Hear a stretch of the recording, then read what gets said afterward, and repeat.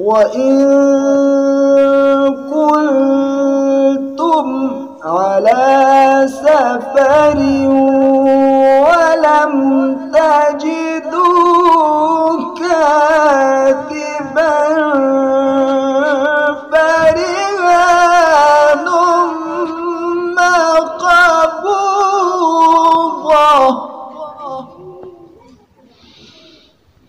فإن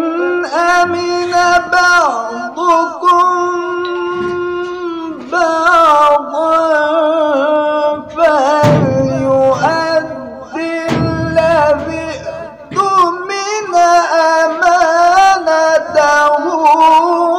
وليتق الله ربه ولا تكتموا الشهادة، ومن يكتمها